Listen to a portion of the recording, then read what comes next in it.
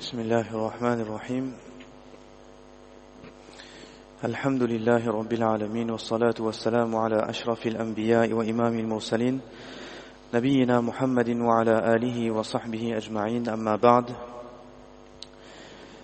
Louange à Allah subhanahu wa ta'ala qui nous donne l'opportunité de nous réunir dans l'endroit que Allah subhanahu wa ta'ala lui-même il apprécie le plus à la surface de la terre. Dans un hadith rapporté par l'imam Muslim rahimahullah ta'ala, il nous dit que les endroits les plus aimés par Allah subhanahu wa ta'ala à la surface de la terre sont les masajid. Tout simplement parce que dans les masajid, on va parler d'Allah subhanahu wa ta'ala, il sera question du Coran, des ahadiths et tout ce qui nous rapproche d'Allah subhanahu wa ta'ala. Notre intervention d'aujourd'hui, comme Hazrat Mufti Sab l'a précisé, autour de la générosité et l'indulgence d'Allah subhanahu wa ta'ala. Pour cela, on essaiera dans un premier temps de voir un hadith rapporté d'Ibn Abbas radiyallahu ta'ala anhuma que l'imam An-Nawawi rahimahullah il a choisi de compiler dans son recueil des 40 hadiths. Parenthèse ici, les 40 hadiths de l'imam Nawawi rahimahullah ta'ala est une des compilations des 40 hadiths les plus acceptées par Allah subhanahu wa ta'ala. C'est une compilation qui a traversé les époques et وَأَمَّا مَا يَنْفَعُ النَّاسَ فَيَمْكُثُ فِي الْأَرْضِ et وَأَمَّا الزَّبَدُ فَيَذْهَبُ جُفَاءً.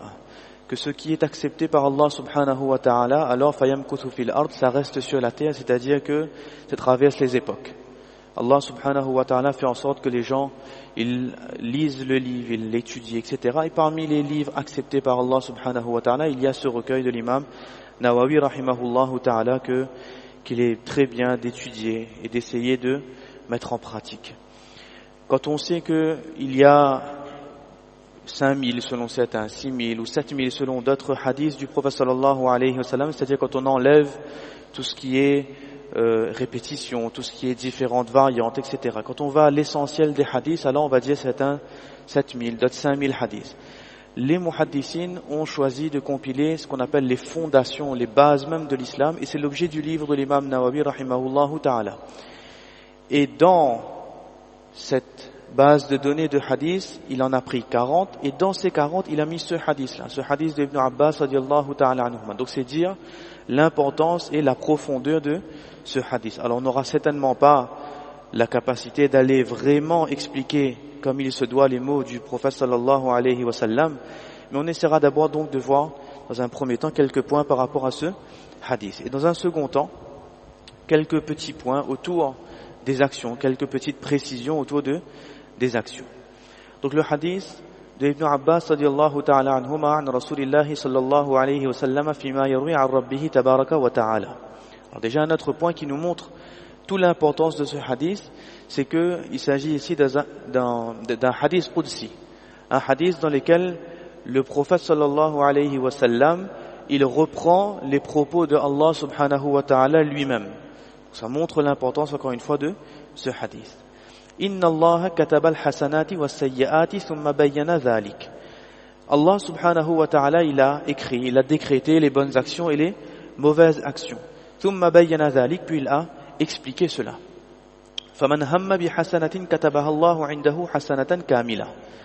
Celui qui a, et je rajoute dans la traduction, la simple intention, il a seulement pensé à faire la bonne action, alors Allah subhanahu wa ta'ala écrit déjà pour lui une récompense complète. وَإِنْ هَمَّ بِهَا فَعَمِلَهَا كَتَبَهَا اللَّهُ عِنْدَهُ 10 حَسَنَاتٍ إِلَى 700 ضِعْفٍ إِلَى أَضْعَافٍ كَثِيرَةٍ. Maintenant, si après l'intention de cette bonne action, il va l'accomplir, alors Allah subhanahu wa ta'ala va inscrire à son compte 10 récompenses. Et il va ajouter à ces 10 récompenses-là jusqu'à atteindre 700 fois la valeur de cette bonne action-là. Et il va encore ajouter jusqu'à atteindre des sommes que l'on ne peut même pas imaginer. وَإِنْ هَمَّ بِسَيِّئَةٍ. De l'autre côté, s'il a l'intention de faire une mauvaise action, فَلَمْ يَعْمَلْهَا كَتَبَهَا اللَّهُ عِنْدَهُ حَسَنَةً كَامِلَةً. Il a fait l'intention d'une mauvaise action, mais il ne l'a pas commise. Il s'en est abstenu. alors Allah subhanahu wa ta'ala va écrire à son compte une bonne action complète.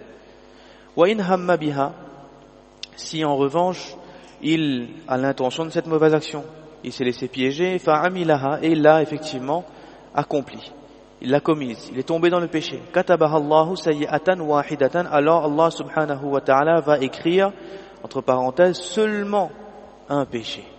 Voilà le point de départ de notre intervention. Ce hadith de Ibn Abbas rapporté par Imam Bukhari et Imam Muslim rahimahumallahu ta'ala. Donc comme on l'a dit, un hadith qudsi. Rapidement dans le hadith, il nous explique, le prophète sallallahu alayhi wa sallam, que tout ce qui est bon, tout ce qui est mauvais, ça ne vient pas de notre imagination, ça ne vient pas de notre poche, ça ne vient pas de notre appréhension à nous des choses, ça vient exclusivement d'Allah subhanahu wa ta'ala, soit dans le Coran, soit dans les ahadiths. Inna Allah kataba, c'est Allah qui a décrété que ça c'est une bonne action, ça c'est une mauvaise action. Puis bayyana dhalika, deux explications. Il a exposé les conséquences ou les fruits de ces bonnes actions et ces mauvaises actions. C'est-à-dire que telle bonne action vaut tant, telle mauvaise action vaut tant. Ça c'est une explication. Ou summa bayyana dhalika veut aussi dire que Allah subhanahu wa ta'ala tout simplement l'a légiféré. Dans le Coran c'est expliqué que voilà, sadaqa c'est une bonne action, il faut faire comme ça, comme ça, comme ça. Ou salat c'est une bonne action, le prophète sallallahu alayhi wa sallam expliquait qu'il faut faire comme ça, comme ça. C'est-à-dire qu'on a tout ce qui est en rapport avec cette bonne action, cette mauvaise action, en termes de méthodologie et également en termes de conséquences, de fruits, de récompenses ou d'inconvénients entre guillemets, etc. Voilà les deux points qu'il faut retenir par rapport à katab al-hasanati wa sayyi'at. Ensuite, il explique que les bonnes actions, comment est-ce que ça marche? C'est quoi la comptabilité des bonnes actions chez Allah subhanahu wa ta'ala? Alors, le but du jeu ici, c'est de comprendre chez Allah ça marche comment et chez nous ça marche comment. Et c'est là qu'on pourra ensuite comprendre que comment est-ce qu'Allah subhanahu wa ta'ala il est généreux et comment est-ce que dans un autre temps il est indulgent. Celui qui a fait seulement l'intention, ça lui est passé par la tête que là c'est l'heure de la salat de Dhuhr, alors je vais me préparer pour faire la salat de Dhuhr et j'irai faire la salat de Dhuhr. Il a même pas encore fait ses ablutions, il est même pas encore sorti de chez lui, il a encore moins commencé sa prière, il a déjà hasanatan kamila. Il a déjà à son livre de compte l'action de la prière de Dhuhr qui est déjà inscrite par Allah subhanahu wa ta'ala, qui c'est déjà comptabilisé. Parallèle par rapport à nous, est-ce que nous, avant d'aller au travail, on a l'intention, seulement l'intention que voilà, je vais aller travailler, je vais m'engager dans cette tâche-là, je vais signer ce contrat, remplir telle ou telle tâche et j'aurai au final le salaire. Est-ce que juste par l'intention j'ai le salaire? Non. Voilà déjà un premier point qui va différer la comptabilité d'Allah subhanahu wa ta'ala et notre monde à nous. Ensuite, au-delà de l'intention, la personne se met à effectivement faire l'action. Fa'amilaha. Alors, qu'est-ce qui se passe? Katabaha Allahu indahu 'ashara hasanat. Allah subhanahu wa ta'ala, on reprend notre exemple, je suis arrivé et j'ai effectivement fait ma salat de Dhuhr. Alors Allah subhanahu wa ta'ala, qu'est-ce qu'il fait? Il me donne la récompense de 10 salats de Dhuhr.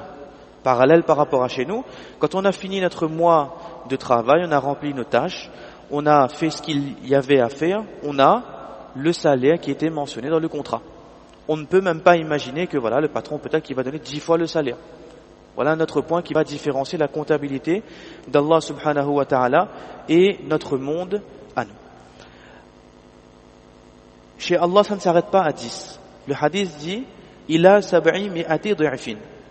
De 10, Allah subhanahu wa ta'ala il peut aller bien au-delà et donner jusqu'à 700 fois. Alors là, c'est même pas la peine de faire le parallèle parce que déjà 10, c'est pas possible chez nous. Allah, lui, il donne jusqu'à 700. Le hadith continue. Ila adha'afin kathira. Jusqu'à des multiplications qu'on ne peut même pas imaginer. Multiplier, multiplier, remultiplier, surmultiplier, etc. jusqu'à l'infini. Ça, c'est chez Allah subhanahu wa ta'ala. Voilà un premier exemple de l'indulgence d'Allah subhanahu wa ta'ala et surtout de sa bonté, de sa générosité qui, comme le dit le hadith, n'a pas de limite. Ila adha'afin kathira. Nous, dans notre monde, si on a rempli la tâche, on a fait ce qu'il y avait à faire, alors au mieux, on peut espérer avoir la pleine récompense, le plein salaire. Et là déjà, il y a un petit doute qui s'installe que est-ce que peut-être ce jour-là je suis arrivé en retard, ou ce jour-là j'ai rendu le compte rendu avec quelques minutes ou quelques heures de retard ou quelques jours de retard, est-ce qu'il n'y aura pas une retenue sur mon salaire, ou est-ce que le professeur va pas enlever un petit point parce que j'ai rendu 2 jours après, etc. Il y a ce petit doute qui s'installe. Alors que chez Allah subhanahu wa ta'ala, avant même de faire, j'ai déjà l'action, j'ai déjà la récompense. Et quand j'ai fait, c'est pas le doute de est-ce que j'aurai pleinement, c'est le doute est-ce que j'aurai 10, j'aurai 700 ou j'aurai des milliers. Voilà entre guillemets le seul doute qu'il y a. Le doute là, entre guillemets, c'est super. Il n'y a pas à diminuer, c'est seulement j'aurai plus ou beaucoup plus ou un surplus. Voilà le doute entre guillemets qu'il y a chez Allah subhanahu wa ta'ala, et c'est ça la générosité d'Allah subhanahu wa ta'ala. Ça c'est pour les bonnes actions. Ici, le commentateur nous explique que pourquoi est-ce que seulement sur l'intention, Allah il me donne déjà la récompense. Et pourquoi est-ce que quand j'ai fait, il me donne 10 fois plus ou 700 fois plus ou beaucoup plus. Première réponse, ham, comme dit le hadith, l'intention c'est une action du cœur. Et contrôler son cœur dans la loi d'Allah subhanahu wa ta'ala, ça fait partie des bonnes actions. Allah subhanahu wa ta'ala nous a donné un cœur avec lequel on réfléchit. Dans la continuité du cœur, le cerveau, l'intellect, etc. Tout ça, ça marche ensemble. De contrôler cela, de l'orienter vers le bien, alors c'est déjà une bonne action. Donc c'est pour ça que quand je fais une intention, si l'intention elle est bonne, alors j'ai déjà une récompense. Voilà pourquoi est-ce que chez Allah subhanahu wa ta'ala, la simple pensée, ça me donne une récompense. Alors bien sûr, il faut comprendre par là, c'est pas l'intention de bon, on verra un jour je ferai namaz. Non, ça marche pas. Il faut l'intention ferme, azm, que je vais faire. Quoi qu'il arrive, je vais faire. Après, si Allah subhanahu wa ta'ala a fait que dans mon destin, c'est écrit que là, Allah protège, il y a un accident, je peux pas faire l'action. Ça. Un empêchement qui est extérieur à mon contrôle. C'est seulement ça qui a empêché l'action. Alors là, oui, j'ai la récompense. Par contre, c'est je vais faire un jour, je verrai bien si j'ai le temps, etc. Ça marche pas. C'est pas cette intention-là qui va me donner la récompense. Donc l'intention ferme. Maintenant, pourquoi quand j'ai fait l'action, ça c'était pour l'intention. Voilà. Maintenant, pourquoi quand je fais l'action, pourquoi est-ce que j'ai 10 ou 700 ou plus? Ça, Mullah al-Qari rahimahullah, il explique, il dit, déjà c'est la règle chez Allah subhanahu wa ta'ala, c'est ce qu'il s'est promis de nous donner dans le Coran. Dans un verset, il dit, dans la sourate Al-An'am, Man ja'a bil hasanati falahu ashru amthaliha, que celui qui fait une bonne action. Alors on traduit comme ça. Alors moi si on regarde le mot, c'est celui qui arrive avec une bonne action. Parce que faire une bonne action, une parenthèse ici, faire une bonne action c'est une chose. Mais être capable de l'amener et la présenter à Allah subhanahu wa ta'ala, c'est une autre chose. On verra, on reviendra là-dessus tout à l'heure. C'est le concept de faire une bonne action et la conserver, ne pas la dilapider. On reviendra là-dessus tout à l'heure, incha'Allah. Donc celui qui amène une bonne action devant Allah subhanahu wa ta'ala, alors falahu ashru amthaliha. Il a 10 fois l'équivalent. Ça c'est, chez Allah subhanahu wa ta'ala, c'est la première règle qu'Allah subhanahu wa ta'ala il a mis dans ce jeu-là du dunya, qui consiste à jouer pour obtenir son paradis. Deuxième ayat, mathalul ladhina yunfiquna fi sabilillah. L'exemple de ceux qui dépensent dans le chemin d'Allah subhanahu wa ta'ala. Kamathali habba, c'est comme une graine. Ambatat sab'a sanabila fi kulli sumbulatin mi'atu habba. C'est comme une graine que la personne va planter, qui va ensuite faire pousser 7 épis. Et chaque épi renferme à son tour 100 graines. Donc il a planté un, il a 7 fois 100, 700. Ça c'est l'autre règle que Allah subhanahu wa ta'ala il a mis dans ce jeu-là. Troisième règle. Man dhal ladhi yuqridu Allah qardan hasanan fayudha'ifahu lahu ad'afan kathira. Qui va donner une dette à Allah subhanahu wa ta'ala, qui va investir chez Allah subhanahu wa ta'ala afin que celui-ci la démultiplie. Et il n'y a pas de limite ici dans ce verset-là. Ad'afan kathira. Voilà les 3 règles qui régissent la comptabilité d'Allah subhanahu wa ta'ala. Maintenant pourquoi? Pourquoi 10, pourquoi 700 et pourquoi des tonnes et des tonnes? Parce que quand on va faire une action, il y a le contexte, il y a l'émotion, il y a tout ce qui va avec l'action. Quand je fais une action sincèrement pour Allah subhanahu wa ta'ala, alors je suis sûr qu'elle a accepté et il y a plus de poids dans l'action. Parce que je peux faire mon namaz, mais juste parce que maman m'a obligé, ou parce que je sais que c'est obligé et que voilà, j'ai pas envie qu'un jour Allah me donne pourquoi tu n'as pas fait ton namaz. C'est dommage de penser comme ça, mais je fais juste pour remplir l'obligation. La namaz va compter, lui. Mais j'aurai pas les récompenses qui vont avec. Si j'ai fait avec un cœur qui est détourné de l'attention d'Allah subhanahu wa ta'ala. J'ai fait juste pour que ce soit coché, voilà. Le namaz Zohar, dimanche 31 avril, 31 mars plutôt, c'est fait, validé. Là, j'ai pas de récompense. Par contre, je fais avec l'intention de plaire à Allah. Je fais par amour pour Allah. Alors déjà, il y a un poids supplémentaire. Ça, c'est une chose. Qu'est-ce qui fait multiplier mes actions aussi? Le contexte. Par exemple, dans un temps de difficulté, quand les gens sont la proie de, par exemple, des difficultés financières. Moi aussi, je suis dans des difficultés financières. Je n'ai pas forcément une abondance de biens, mais je sacrifie quelque chose pour moi et je donne en sadaqa. C'est-à-dire, je me sacrifie pour quelqu'un. Donc là, ça va mettre plus de poids dans ma sadaqa. Une sadaqa, ça vaut tant, mais une sadaqa donnée dans la difficulté, ça vaut encore plus. Par exemple. Ou bien, quand tout le monde fait une mauvaise action, et moi je m'efforce de contrer cette pensée-là, ce mouvement-là, cette tendance-là, et je m'efforce d'aller sur le droit chemin. C'est difficile parce que la tendance a une influence sur nous, l'environnement, le mahol comme on dit. Ça a une influence sur nous. Tout le monde va vers le mal, mais moi je dois contrer ce mal-là. Je dois essayer de me soustraire à ce mal-là, de me formater moi, et ensuite d'aller vers Allah subhanahu wa ta'ala. C'est autant de travaux que je fais sur mon intellectuel, sur mon cœur, sur mes attentes, sur mes objectifs, sur mon dunya. Tout ça pour m'orienter vers Allah subhanahu wa ta'ala. Donc ça demande un effort supplémentaire. Dès lors qu'il y a un effort supplémentaire, alors forcément il y aura un poids supplémentaire. Donc Allah subhanahu wa ta'ala, il va donner davantage. Un autre point qui fait que mes actions sont multipliées, c'est tout simplement que l'action soit faite correctement. Si Allah me demande de faire namaz et que je fais le namaz, je fais la prière seulement avec ce qui est obligatoire. Je sais que par exemple l'Ia Fatiha, une sourate c'est obligatoire. Je m'arrête à Fatiha, Inna A'tayna tous les jours. Je ne peux pas avoir les récompenses de celui qui connaît peut-être quelques passages de la sourate Yasin, quelques passages de la sourate Al-Mulk, etc., etc. Et qui récite ces passages de la salat, qui allonge sa lecture. Forcément lui il aura plus de récompenses. Ou quand je fais une action, il y a la façon de faire obligatoire, mais il y a aussi la façon de faire du prophète sallallahu alayhi wa sallam, la sunna du prophète sallallahu alayhi wa sallam. On sait que le prophète sallallahu alayhi wa sallam, il a fait son hajj comme ça. Moi je dis non, je vais à Arafat 5 minutes, des bons pour ça même. Mais non, le prophète sallallahu alayhi wa sallam, il a fait de telle ou telle façon. Forcément, de teinter mes actions de la méthode du prophète sallallahu alayhi wa sallam, ça va donner plus de poids et de lumière à cette action-là, donc il y aura beaucoup plus de récompense. Donc ça aussi c'est un point qu'il faut retenir. Je fais une parenthèse par rapport à cela, c'est que il y a beaucoup d'actions qu'on fait durant notre vie et que parfois on fait au bout d'un moment mécaniquement. On a appris quand on était petit qu'il faut faire la salat comme ça, etc., etc. Sauf que s'il ne fallait parler que de la salat ou par exemple de la zakat, quand on est petit, il y a des choses qu'on ne peut pas comprendre et qu'on ne nous explique pas. Parce qu'on est trop petit. Notre cerveau ne peut pas emmagasiner des informations. Ou tout simplement, peut-être qu'on n'est pas concerné. Quand on était dans le maktab, on avait 5-6 ans, à quoi bon nous expliquer qu'un jour, quand tu auras des actions, un jour, quand tu auras un patrimoine immobilier, il faut tirer la zakat dessus comme ça.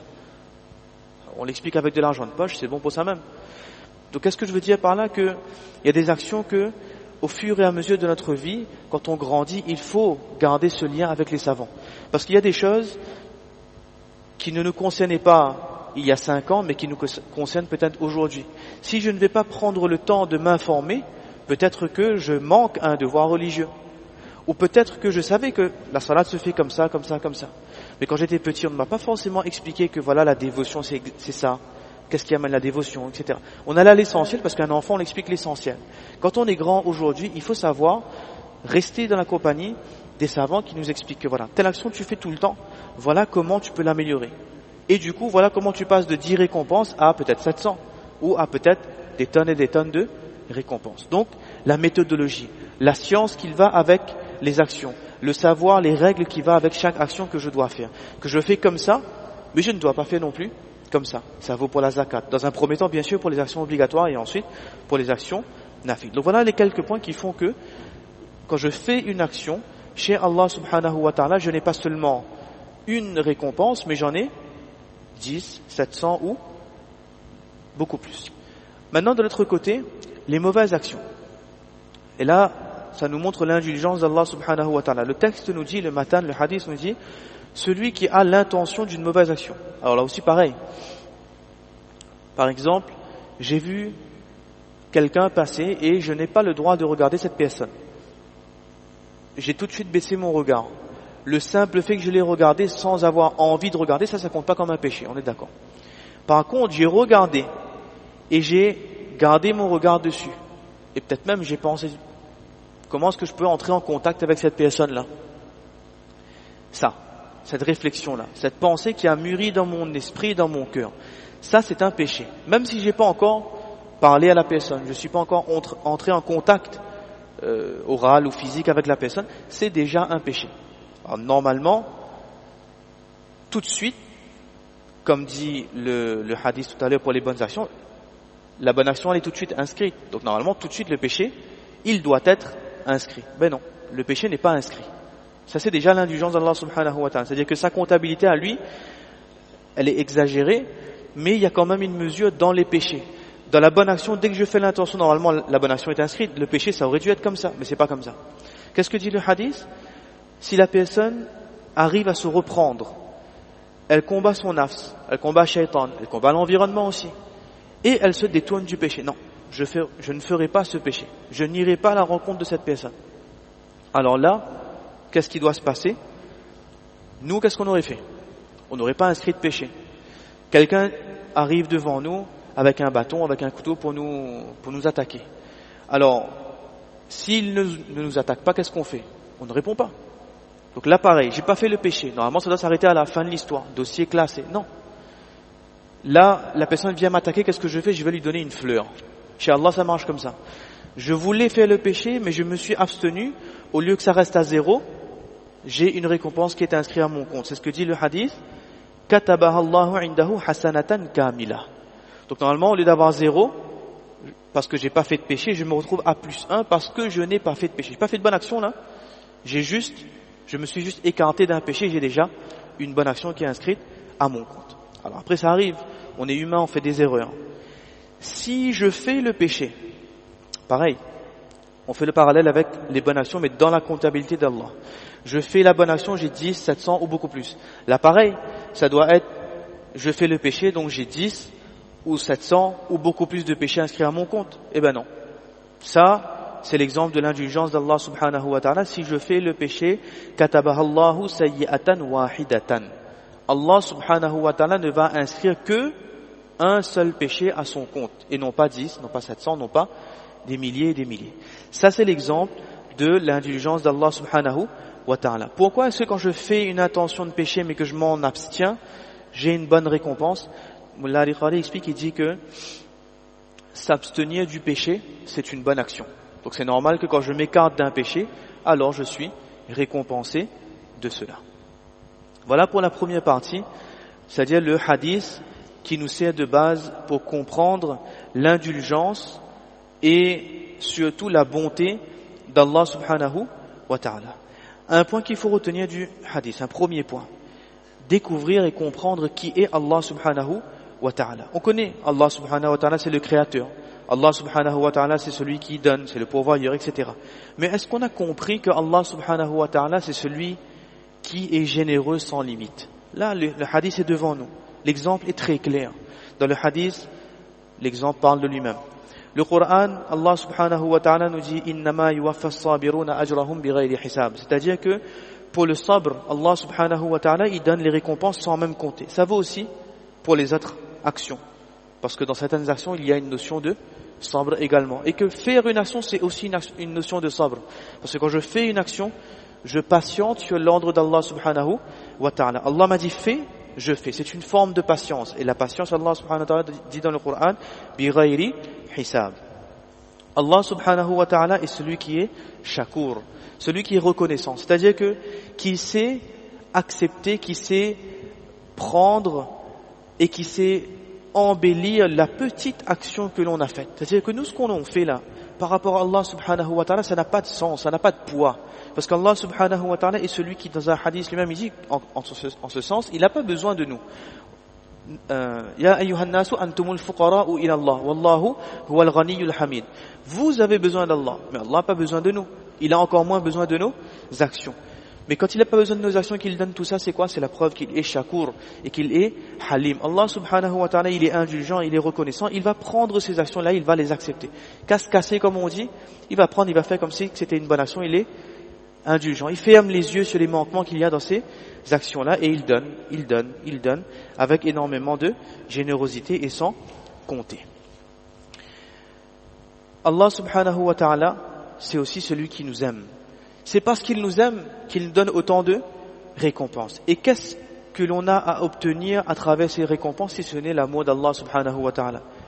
Encore une fois, Allah subhanahu wa ta'ala, sachant qu'il n'a pas besoin de nous. Alors de faire, ça sert entre guillemets à rien, entre guillemets. Je dis bien entre guillemets, ça sert à rien. Sinon, ça sert à quoi? À obtenir l'attention d'Allah subhanahu wa ta'ala. Quand on a l'attention d'Allah subhanahu wa ta'ala et qu'on a son amour, on a réussi. Parce que celui qui a l'amour d'Allah subhanahu wa ta'ala, il aura le tawfiq d'Allah subhanahu wa ta'ala. Il aura envie de faire les bonnes œuvres. S'il a péché, il aura l'indulgence d'Allah subhanahu wa ta'ala. Et le jour où il rencontrera Allah subhanahu wa ta'ala, alors Allah subhanahu wa ta'ala forcément le pardonnera. On fait un parallèle avec les parents. Les parents, là, quoi que les enfants vont faire, ils ont toujours cet amour pour leur enfant. Qu'il soit un bon ou un mauvais enfant. Qu'il fasse le khidmat de ses parents, qu'il ne fasse pas le khidmat de ses parents. C'est sûr qu'il y aura des expressions d'amour différentes. Il y aura parfois des petits froids, des petites tensions, etc. Mais au fond, demander à un parent, est-ce que tu aimes ton enfant? Oui. Quoi qu'il arrive, si un jour l'enfant demande pardon à ce parent-là, il va pardonner. Ben Allah subhanahu wa ta'ala, c'est la même chose. Quoi qu'il arrive, quoi que l'on va faire, Allah subhanahu wa ta'ala, il l'a déjà dit. Faites un petit peu, croyez en moi. Ça c'est l'obligation principale. Croyez en moi, mais faites un petit peu de bonne action et je vous donne mon amour. Innal ladhina amanu wa amilus salihati sayaj'alu lahumur rahmanu wudda. Le ayat, qu'est-ce qu'il dit? Celui qui croit en Allah et qui fait des bonnes œuvres. Alors, Allah réfléchit, sayaj'alu Allahu lahu wudda, que Allah lui accorde son amour. Non.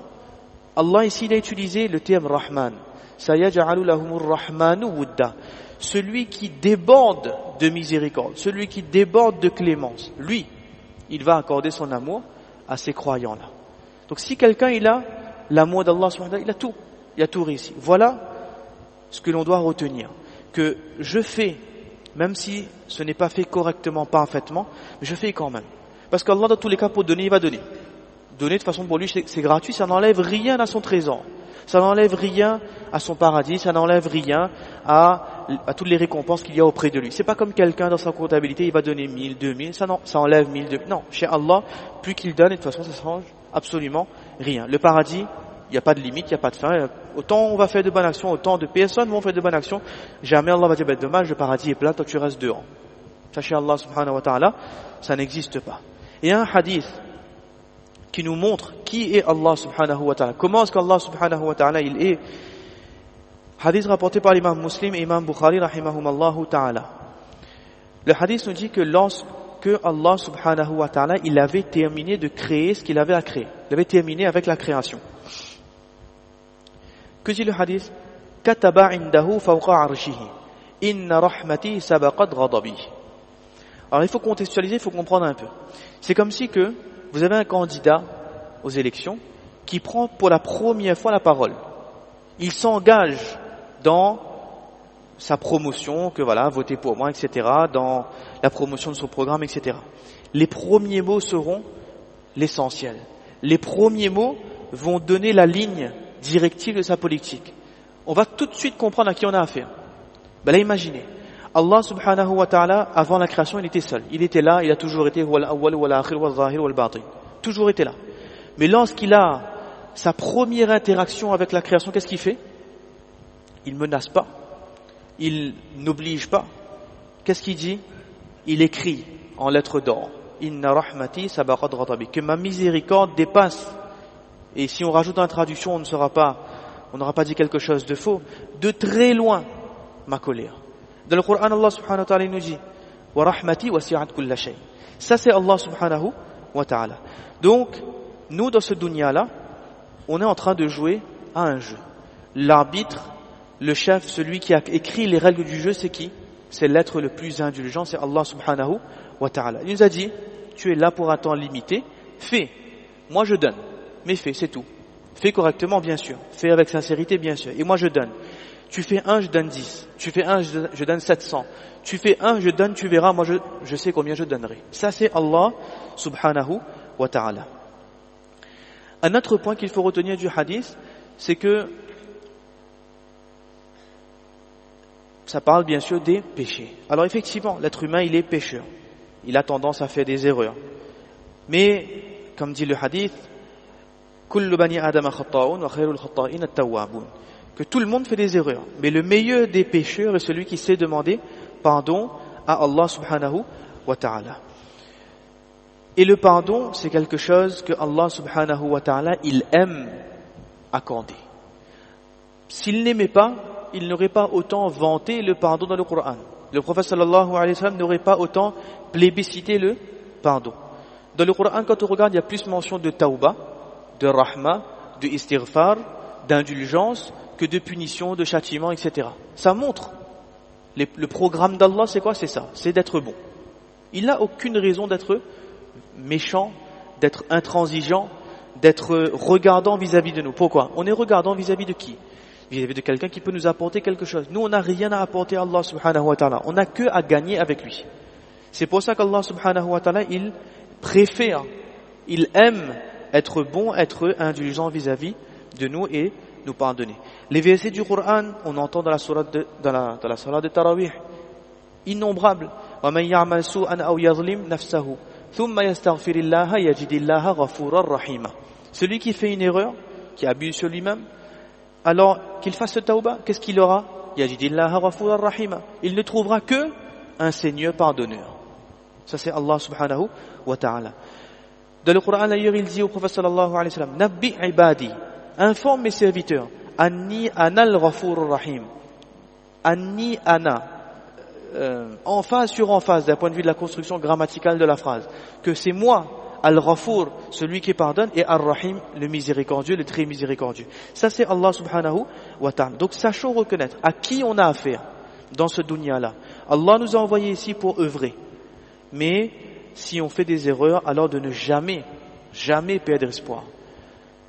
La taqnatu min rahmatillah, comme Allah lui-même il dit dans le Coran. Et regardez comment ça marche chez Allah subhanahu wa ta'ala. Celui qui perd espoir en la miséricorde d'Allah subhanahu wa ta'ala, il commet un péché. Allah n'est pas d'accord avec lui. Nous, dans notre monde à nous, quelqu'un, on a compris que voilà, il n'est pas très généreux, on s'en détourne, on va plus voir la personne. Qu'est-ce qu'il va faire? Au mieux, il est content, lui. On ne viendra plus l'embêter. Nous, qu'est-ce qu'on va faire? On n'a plus à supporter les refus de quelqu'un. Ça s'arrête à là. Chez Allah, on n'admet plus qu'il va nous pardonner. On n'accepte pas qu'Allah nous aime. On n'accepte pas qu'il est le pardonneur. On commet un des plus grands péchés. Voilà comment ça marche chez Allah. Chez Allah, on ne le demande pas, il n'est pas content.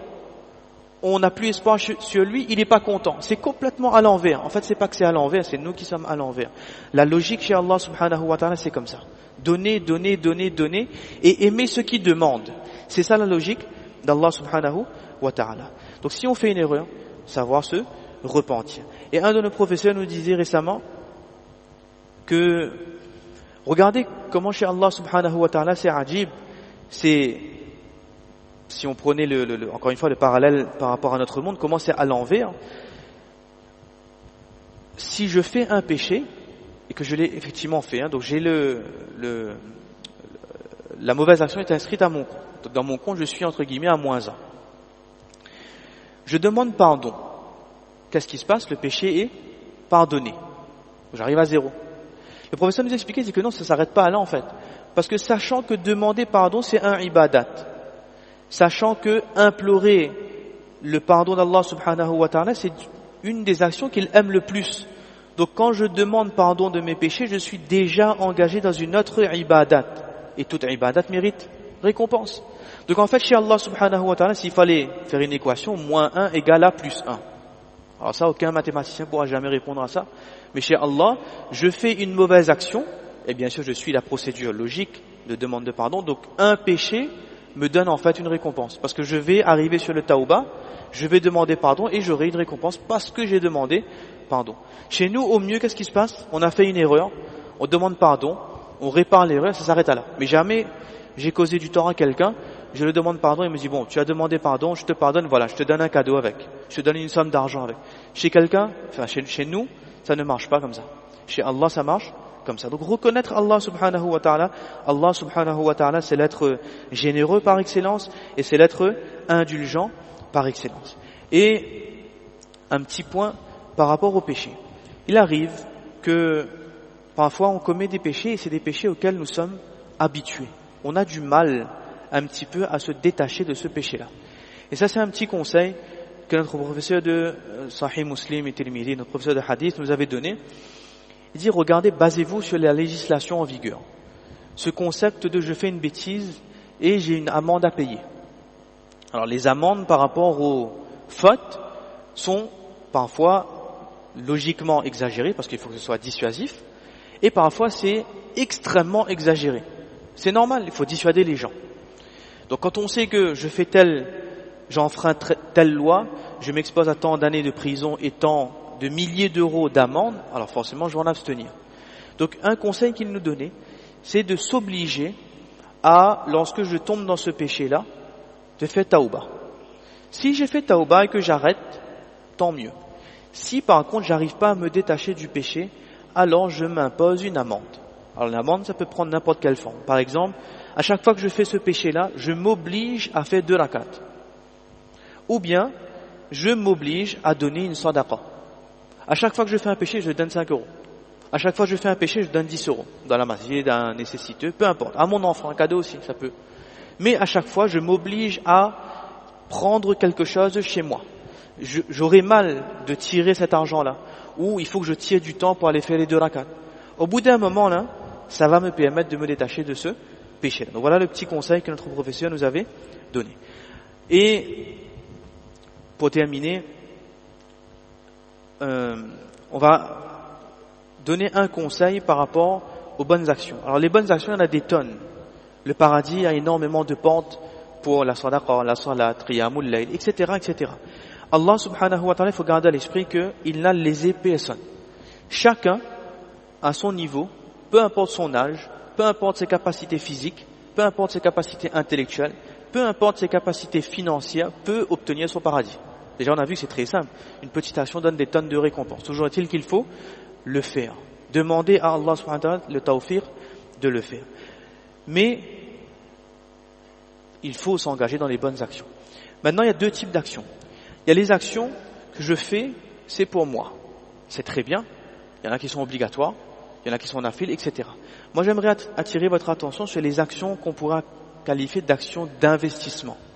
Aujourd'hui, on sait que voilà, on a une somme d'argent qui reste sur un compte, ça sert strictement à rien. Parce qu'au bout d'un moment, on va dépenser, la somme va s'épuiser.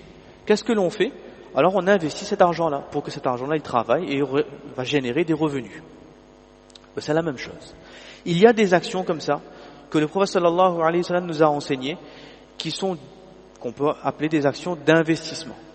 Alors il y en a des tonnes, mais la première action, et ici on est tous parents, grands frères, enseignants, référents, etc., l'éducation. S'il y a bien une action qui peut nous rapporter des tonnes et des tonnes de bonnes actions, de récompenses, que l'on ne peut même pas imaginer, c'est l'éducation, la tarbiya. Imaginez juste, vous enseignez une parole, un verset du Coran à un enfant. Déjà, pour lui enseigner un verset du Coran, il faut répéter. Chaque mot, chaque lettre donne 10 récompenses. Alors, pour l'enseigner, il faut répéter 10 fois, 15 fois. Des fois, on dit même à l'enfant, il a fini 100 fois, donc on ne peut pas lire encore. Alors, il faut répéter. Lui, il l'a compris. Il a récité ensuite. À chaque fois que lui va réciter, j'ai la récompense. J'ai fait rien de plus que de l'enseigner. Quand il va lire 5 fois dans la journée, je ne suis pas à côté de lui pour lui dire « lis ». Non, il a lu, j'ai les récompenses. Maintenant, lui, il va enseigner ça à ses amis. Lui, il va enseigner ça à ses enfants un jour, etc. Et bien, toutes ces récompenses-là remontent à moi. L'éducation. Donc, alors, ça c'est pour le Coran, mais tout ce qu'on va enseigner à nos enfants, en termes d'éducation, les récompenses reviennent à nous. Le bon comportement, de ne pas causer du tort aux autres, de ne pas insulter, donner une bonne parole, être profitable pour les autres. Tout ça, ça rentre dans l'éducation, le bon comportement. Si je sais enseigner ça à mes enfants, alors j'aurai inévitablement des tonnes et des tonnes de récompenses sur plusieurs générations. Pareil pour la sadaqa. Donner une sadaqa, c'est très bien. Donner une sadaqa catégorie investissement, c'est encore mieux. Dans toutes les villes à La Réunion, il y a des projets qui sont en cours. Une masjid, une madrasa, un alim, un savant qui est en train d'écrire un livre. Peu importe. Mais quand je sais que c'est quelque chose qui va servir pour toujours, alors c'est mieux que je donne là-bas. Je ne dis pas qu'il ne faut plus donner aux nécessiteux pour un repas, etc. Non. Mais quand j'ai la possibilité de le faire, alors de garder à l'esprit que je mets une pièce dans la masjid pour construire une expansion par exemple, ou bien pour une climatisation, peu importe, pour une madrasa, tout ce qui va se dire, tout ce qui va se faire, tout ce qui va se réciter dans cette masjid, j'aurai la récompense. Des tonnes et des tonnes de bonnes actions comme ça. Demain, on a notre téléphone. J'ai vu un hadith correct. Alors je sais, je me suis renseigné d'abord pour voir ce que le hadith est vraiment bon, ce qu'il est fiable, est-ce qu'il est correct, etc. Je l'ai mis en statut. Très simple, ça prend 3 secondes. Toutes les personnes qui vont lire, des fois on met ça, aujourd'hui c'est jeudi soir, on commence à aller Duroud Sharif. Et les gens qui voient, ils ont vu, ils ont dit sallallahu alayhi wa sallam. Il y en a 5 ou 6 qui ont vu. Par mois, 5 Duroud ont été lus, j'ai 50 fois 700, etc. de Duroud de récompenses qui reviennent à moi. Donc, en résumé, Allah subhanahu wa ta'ala, chez lui, faire des bonnes actions, c'est très simple. Tout le monde peut faire des bonnes actions, peu importe le niveau, peu importe le domaine. Le panel de bonnes actions, il est très large, il est très vaste. À nous de nous engager. Et de garder espoir sur les récompenses qu'Allah subhanahu wa ta'ala va nous donner. Des récompenses qui sont infinies à condition que la niyat est bonne, la méthode est bonne et que j'ai fait avec un minimum d'envie, avec un minimum d'émotion et de dévotion pour Allah subhanahu wa ta'ala. Et que si j'ai fait un péché, tout de suite, je m'engage à la tawbah pour effacer ce péché et ensuite le transformer en bonne action. Et garder à l'esprit qu'il y a ces actions qui me rapportent infiniment des récompenses par récurrence. Qu'Allah subhanahu wa ta'ala me donne le tawfiq de comprendre la portée de ce hadith et qu'il nous inspire toujours de le mettre en pratique. Wa ma tawfiqi illa billah.